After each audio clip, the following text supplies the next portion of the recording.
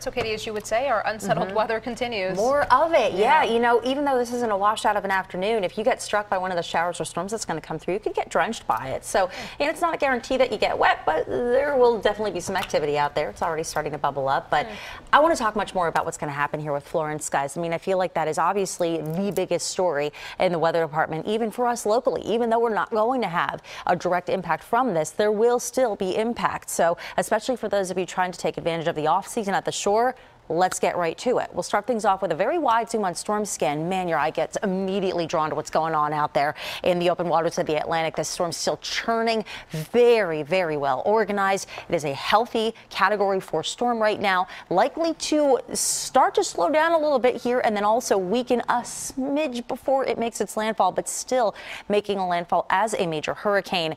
And we are thankfully spared from the worst of this.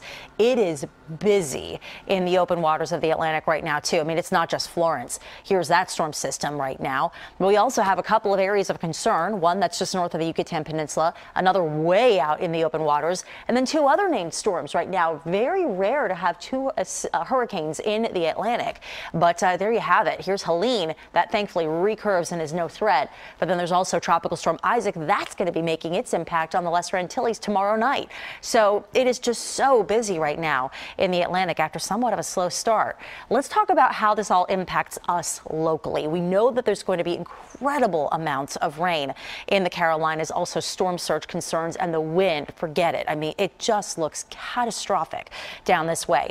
But when you look at the future rainfall from this, as far north as we're concerned, maybe, and that's even still a maybe, this is just a model, we end up with upwards of an inch or two of rain.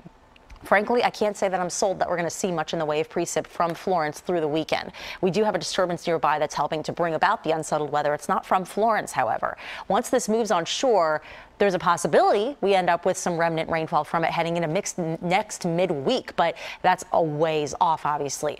How about wind speeds? Brunt of the wind, certainly a Carolina concern, but we could be dealing with winds that start to pick up as high as 10 to 15 to 20, maybe up to 25 miles per hour or so right along the Jersey coast, and that's onshore. So that's shoving the waves on shore. The surface already rough as it is. We've had very dangerous rip current risk so far all week long. That will continue, and it will actually get worse before it gets better.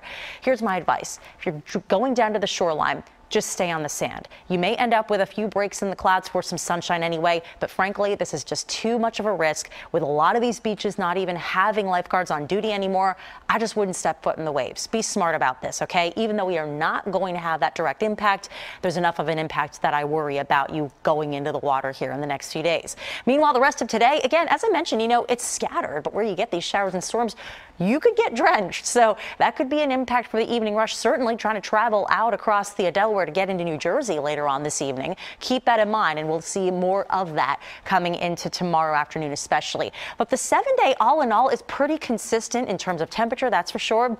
While there may still be some unsettled weather right through Friday, heck, even Saturday brings the potential for a leftover shower.